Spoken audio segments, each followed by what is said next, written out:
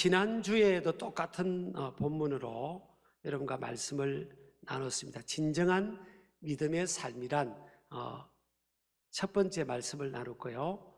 몇 번 시리즈로 이 말씀 가지고 크리스마스 시즌이기 때문에 오늘 두 번째로 말씀을 나누겠습니다. 지난번에는 이제 요셉이라는 마리아의 남편이자 예수님의 법적인 아버지가 되었던 요셉, 그러니까 목수로서 아주 그 당시에는 좀 비천한 직업으로 취급받았던, 요즘은 그렇지 않지만요, 그 한 사람의 인생이 하나님 앞에 선택을 받고 정말 예수님의 법적인 아버지가 되는 존귀한 위치에 있게 된 그 캐릭터를 살펴보면서 우리가 도전을 크게 받았습니다. 오늘 마태복음 1장 21절을 한번 같이 더 읽겠습니다. 아들을 낳으리니 이름을 예수라 하라. 이는 그가 자기 백성을 그들의 죄에서 구원할 자이심이라 하니라. 여기서 네 가지 메시지가 있어요. 첫 번째는 아들을 낳으리니, 우리가 21절 띄워주시기 바랍니다. 아들을 낳으리니 그 메시지가 있고요. 두 번째는 이름을 예수라 하라, 두 번째 메시지가 있고, 세 번째는 그가 자기 백성을, 자기 백성이라는 또 이 개념의 메시지가 담겨 있고요. 그들의 죄에서 구원할 자 있습니다. 이 네 가지 큰 메시지가 요 하나의 절에 담겨 있어요. 그러니까 하나님께서 보내신 천사 메신저를 통해서 요셉이라는 사람에게 너의 정원한 그 아내 마리아에게 임신이 됐다. 근데 23절에 보니까 성령으로 처녀가 잉태하여 아들을 낳을 건데 성령으로 임신이 됐는데 이 아들을 낳을 것이다. 이런 이제 메시지를 들은 거예요. 자, 우리가 보통 보면요, 이게 임신이 되는 것은 남녀가 한 지붕에 살고 또 생물학적 결합을 통해서 임신이, 하나님의 은혜로 임신이 되는 거잖아요. 근데 지금 이 마리아, 이 요셉에게 들려진 이 메시지는 어떻습니까, 여러분? 하나님의 성령을 통해서 아들을 임신하게 된다는 거예요. 이것은 생물학적 결합도 아니고 자연적인 인간의 어떤 자연의 순리 안에서 이루어지는 그런 임신과 생명의 탄생이 아니죠. 어떻게 보면 초자연적인, 역설적인, 아무도 상상할 수도 없고 믿기도 어려운 그런 과정을 통해서 하나님의 아들, 그 메시아 구세주가 이 땅에 태어나게 된다는 거죠. 그래서 그 이름은 예수라고 불려질 것이다. 자, 이 메시지를 들었을 때 여러분, 요셉이 믿고 이 말씀을 믿었잖아요. 믿고 가만히 마리아와 이 정원한 관계를 깨려고 했지 않습니까? 근데 이 하나님의 메시지를 받고 요셉이 돌이켰죠. 여러분, 우리가 하나님의 말씀, 이 복음의 말씀을 받으면, 그것을 믿고 받으면요, 사람이 돌이켜집니다. 환경적인 돌이킴이 오기도 하고요, 또 내면적인 돌이킴도 오게 돼요. 자, 아들을 낳는다. 처녀가 잉태하여 아들을 낳게 된다. 이 메시지가 주는 우리가 분명한 명제가 있는데요. 첫 번째는 하나님은 전능하신 분이시다. 인간의 자연 질서를 뛰어넘어 역사하시는 분이라는 거죠. 그래서 여러분, 믿음의 영역을 우리가 보면, 우리가 믿는 이 믿음의 영역을 보면 인간의 이성적 이해나 지식, 경험 안에서 머무르는 것도 우리가 믿고요, 그것을 뛰어넘는, 그 범위를 뛰어넘는 초자연적인 영역, 그러니까 우리의 자연적인 상식적인 우리의 논리 안에서 이성과 지식과 논리와 경험 안에서의 영역, 이런 것뿐만 아니라 그걸 뛰어넘는, 그래서 마태복음 28장 18절 이하에 보면 예수께서 나와 말씀하여 이르시되 하늘과 땅의 모든 권세를 내게 주셨으니, 그럽니다. 여기서 권세라는 단어가 헬라어로 보면 엑수시아입니다. 엑수시아. 이 엑수시아는 엑스는 뭐뭐로부터라는 이런 전치사가 붙어가지고요, 초자연적인 능력입니다. 초자연적인 능력. 이 헬라어는 또 우리 배종수 협동 목사님이 뭐 세계적으로 잘 아시는데, 초자연적인 능력을 말합니다. 하늘과 땅의 모든 권세, 초자연적인 능력, 인간의 이성적 지식, 판단, 세계관, 그 경험, 그것을 다 뛰어넘는 초자연적인 능력을 갖고 있는 예수님께서 함께 해주겠다는 거죠. 자, 그래서 오늘 아들을 낳으리니 그랬잖아요.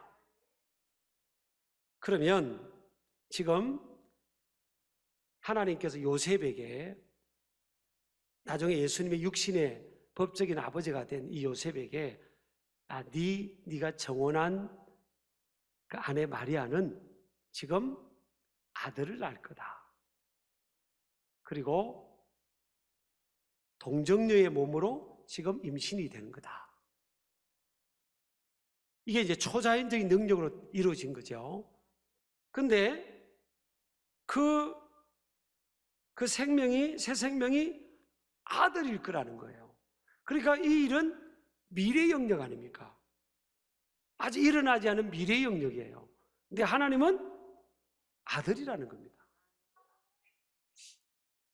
자, 여러분, 그러면 우리가 여기서 우리가 믿음이라는 영역을 우리가 좀 생각할 때, 그렇구나. 우리가 믿는다는 것이, 내가 지금 과거는 우리가 지나온 시간이니까 알고, 우리 인간은 현재를 지금 살아가잖아요. 현재 내 눈에 지금 보이는 것만 확인하고 검증하고 이해하고 인지하는 거죠. 이 우리 마인셋이 생각하는 이 사고 체계가요, 지금 내 현재 이 영역 안에서, 이 배경, 환경 안에서, 컨텍스트라는 이 상황 안에서 우리가 이해하는 거예요. 그래서 그러면, 근데 지금 하나님은 뭐라고 말씀하십니까? 미래를 말씀하잖아요. 아들을 낳는다. 그 아들이 자기 백성을 그들에 대해서 구원할 자다. 아들이 태어난다. 그러잖아요. 그러면 이 하나님께서 말씀하신 이 시간은 지금 어떤 개념입니까? 인간이, 우리가 지금 틀 속에 살아가는, 우리 시간의 틀 속에서 살아가는 개념하고 다른 거예요. 인간의 시간의 개념은 뭐예요? 어떤 영향을 받습니까? 과거를 우리가 경험했으면서 현재 속에 머물러 있잖아요. 근데 하나님의 시간은 뭐예요? 이루어지지 않은 미래. 자, 과거, 현재, 미래, 영원까지 하나님의 시간은 연결되어 있는 거예요. 이 하나님이 보시는 시간 개념은 달라요. 이 4차원의 영상이라는 표현은 뭔가 하면, 우리가 살아가는 현재에 머물 뿐만 아니라 믿음의 눈이 열리면 성령의 도우심으로 하나님의 시간인 미래와 영원까지를 바라볼 수 있다는 거예요. 그것을 바라본 그것을 내 현재, 오늘 내가 살아가는 이 삶의 현재, 이것을 끌어오는, 이것이 뭐라는 거예요? 믿음의 영역이라는 겁니다. 그래서 믿음은 뭐라는 거예요? 바라는 것들의 실상이다. 보지 못하는 것들의 증거라는 거예요. 아니, 보지 못하는 것들을 어떻게 우리 알지? 미래의 것을 우리가 어떻게 알지? 이 믿음의 영역에서는 그것이 이루어진다는 거예요. 아직 안 태어나는 그 새 생명이, 임신한 그 새 생명이 아들인지 딸인지 어떻게 알아? 하나님은 말씀하시잖아요. 아들을 낳을 거라고요. 자, 그래서 저와 여러분이 지금 그러면 우리가 믿음을 갖고 있는데, 우리의 시간은 어디까지 가야 되겠어요? 하나님의 시간 개념 속으로 들어가야 되는 겁니다. 믿음의 사람은 인간의 시간 개념 속에서, 현재 속에서만 매여 있어서는 안 되는 거예요. 현재 속에 매여 있으면요, 현재가 삶의 판단의 기준이 되는 거죠. 그러니까 현재를 살아가는 이 삶에서 내가 어려우면 그 사람은 그냥 어려운 거예요. 그 사람은 그냥 좌절하는 겁니다. 그게 더 어려우면 절망에 빠져버리는 겁니다. 근데 하나님의 시간 속에 살아가는 믿음의 사람들은 뭐예요? 현재 어려워도 어떻게 해요? 장차 우리에게 나타날 것은 미래잖아요. 미래. 그 영광을 바라보는 거죠. 로마서 8장 18절에 있잖아요.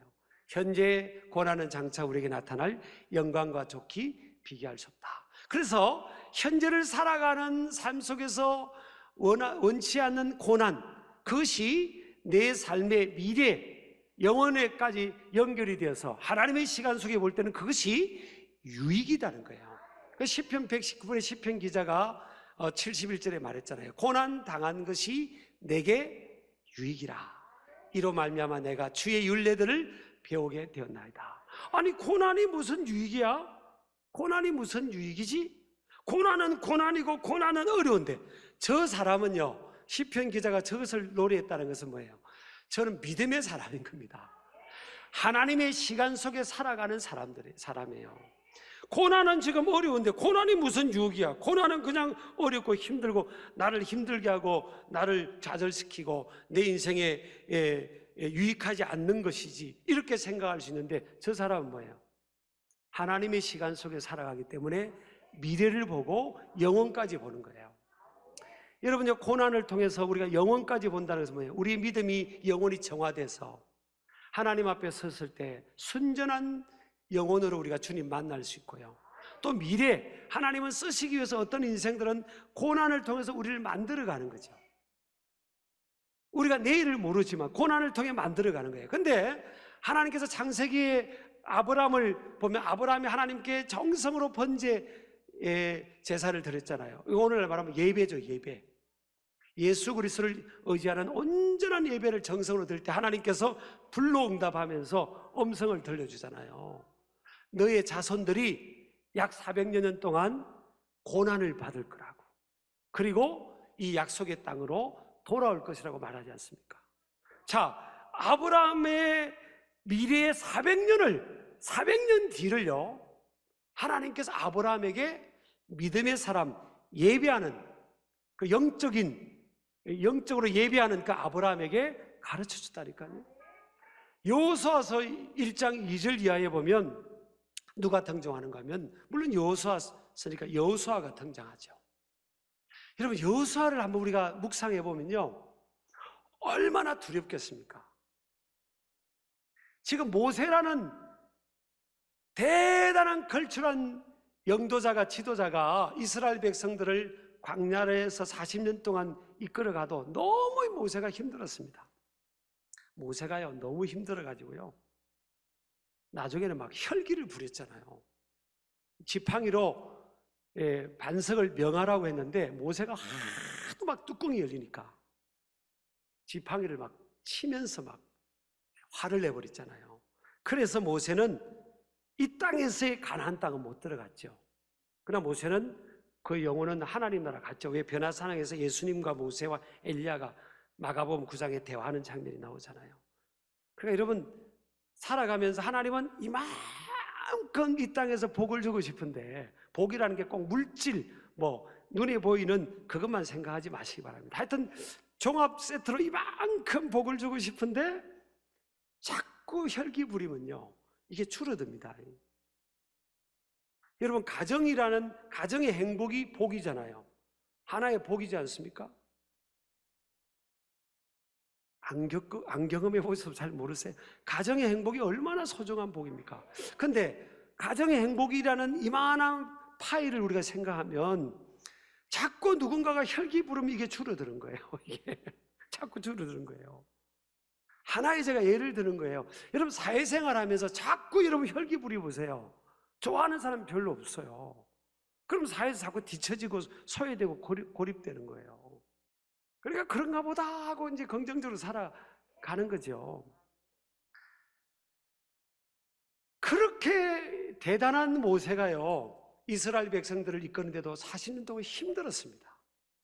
그런데 여호수아가 모세의 이렇게 모세를 옆에서 지근거리에서 돕던 이렇게 협력 사역을 하던 여호수아가 자기가 이제 그 200만 명이 넘는 사람들을 이끌어야 되니까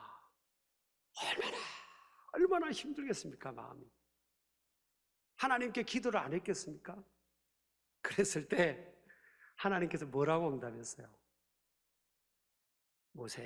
여호수아야, 내가 모세와 함께하는 것처럼 내가 너와 함께 주겠다. 그리고 그 가나안 땅을 내가 너에게 이미 주었다 그럽니다. 완료형으로 말씀하세요. 여러분, 우리가 역사의 시간의 파노라마 속에서 보면요, 이 가나안 땅을 약 30년 동안 전쟁에서 정복을 해요.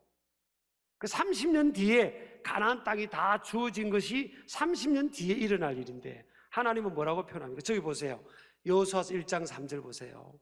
시제를 잘 봐야 됩니다. 내가 모세에게 말한 바와 같이 너희 발바닥으로 밟는 곳은 모두 내가 너희에게 줄 것이다고 말했어요? 주었다고 말해요. 주었다고. 지금 아직 일어나지 않은 인간의 시간 속에서는 일어나지 않은 거잖아요. 근데 하나님의 시간 속에서는 이미 일어난 거예요. 하나님이 볼 때는 다 이미 일어난 거예요. 하나님, 전능하신 하나님께서 다 이루신 거예요. 여러분, 하나님의 아들 예수님을 이 땅에 동정녀의 몸에서 태어나게 탄생하게 하신 그분이 뭔들 못하시겠어요? 그래서 주었다고 말하지 않습니까? 이게 완료형입니다. 이미 완성되고 성취되고 이루어진 일을 말씀하시는 거예요. 이거 뭐로 설명하겠습니까? 그런데 여호수아는 모세처럼 대단한 경험을 한 사람이 아니에요. 모세는요 40년 동안 애굽의 왕실 교육을 받고 자랐고요, 40년은 저 광야의 미디안 광야에서 인생의 연단 훈련을 받고 또 시내산에 가서 꼭대기 가서 하나님 10계명을 직접 받은 사람이에요. 대단한 모세인데 여호수아는 그런 경험이나 그런 것들이 부족하잖아요. 근데 여호수아에게는 뭐가 있습니까? 하나님의 시간 속으로 들어가는 그것을 믿는 믿음이 있는 거예요. 저와 여러분이요 살아가면서 많은 경험, 많은 지식, 또 많은 배경, 많은 인맥, 이런 것들이 다 갖춰져야만 우리가 하나님 앞에 귀한 일을 할 수 있는 자로 쓰임받는다고 생각하지 않으셔도 된다는 거예요. 저와 여러분에게 가장 도전 주는 게 뭡니까? 하나님의 시간. 지금 인간의 시간 개념 속에 머물러 있지 말고 우리 두 발은 인간의 시간 개념의 이 현재 발을 딛고 살아가고 있지만 우리의 이 영혼은, 우리의 이 관점은 어디를 가야 됩니까? 하나님의 시간 속으로 들어가야 돼요. 과거, 현재, 미래, 영원까지 하나님께서 한눈에 보시는 그 하나님의 시간 속으로 들어가면 오늘날 이 현재 고난은 아무것도 아닐 거예요. 그래서 제가 이번에 미국 그 안식 올 때 참 제가 좋아했던, 사모했던 목사님이 계셨어요. 척스윈들이라는 그분이 그런 말을 해요. 인생의 이 고난은 그냥 모기한테 물린 것이라고 생각하면 된다. 아멘을 잘 안 하시는군요. 그렇게 말씀하시더라고요. 그렇죠. 하나님의 시간 속에 보면 이 현재가 하나님의 시간, 미래의 시간 속에 들어가면 이건 또 과거가 되는 거잖아요. 지나간 걸 보면 모기한테 물린 것 같이 추억으로 여겨질 수 있는 거죠. 저는 우리가 살아가는 이 코로나19 상황이든 이걸 통해서 여파로 주어진 우리 삶의 고난이든 또 다른 고난이든 이것을 인간의 시간 지금 속에서 머물러 있으면 너무나 무겁고 감당이 안 됩니다. 그러나 하나님의 시간 속에서 저 넘어가서 보면 그래, 이것은 내게 유익이 되는 시간이지, 그렇게 우리가 봐지는 거죠. 또 하나는요, 오늘 아들을 낳으리니 이 말씀을 통해서 우리가 딱 붙들어야 될 하나, 요것만 하고 마치겠습니다. 하나는 생명의 문제입니다. 자, 지금 동정녀의 처녀의 몸에는 아무것도 없잖아요. 생명이 있을 리가 없어요. 남녀의 이 결합으로 생물학적으로 그렇게 결혼 생활을 하고 있는 게 아니니까. 근데 하나님은 뭐라고 했어요? 아들을 낳는다 그랬잖아요. 그럼 우리 하나님은요, 이 아들 예수 그리스도의 이 땅에서의 탄생하신 뿐만 아니라 우리 인생들의 출발이 어디냐는 거예요. 하나님입니다. 어떤 사람은 그냥 우연히 미생물이 이 우주에 존재하고 그 미생물이 자꾸 바뀌어가지고 이제 원숭이까지 왔다가 원숭이가 바뀌어서 우리가 사람이 됐다고 이렇게 생각하고 이걸 믿는 사람들이 굉장히 많잖아요. 여러분, 그럼 마지막 우리하고 비슷한 게 이제 원숭이인데 이 정신 세계는 비슷한 점이 참 많죠. 행동도 그렇고. 근데 여러분, 저 아마존의 원숭이나 아프리카의 원숭이나 동남아시아의 원숭이나 여기 우리나라의 동물원에 있는 원숭이나 모여서 종교를 만들었다는 거 봤어요? 모여서 무슨 예배를 했다, 무슨 신을 찾았다, 그런 거 보셨습니까? 없어요. 근데 아무리 문명화가 되지 않은 사람은요, 어떤 사람은 미개인이라고 하는데 그렇게 표현하면 안 되고요. 우리가 생각하는 문명의 어떤 기준이나 컨텐츠에서 그런 혜택을 못 받는 어떤 사람들 있잖아요. 자기 소수 민족들 가운데 그런 사람들도요, 모여서 둘 이상 모여 사는 곳에는요 종교가 있습니다. 종교. 자기가 믿는 신이 있는 거예요. 진정하신 살아계신 하나님과 예수 그리스도를 몰라서 그렇지, 인간이 둘 이상만 모여 있으면요 하나님을 향하고 신을 향하고 있는 거예요.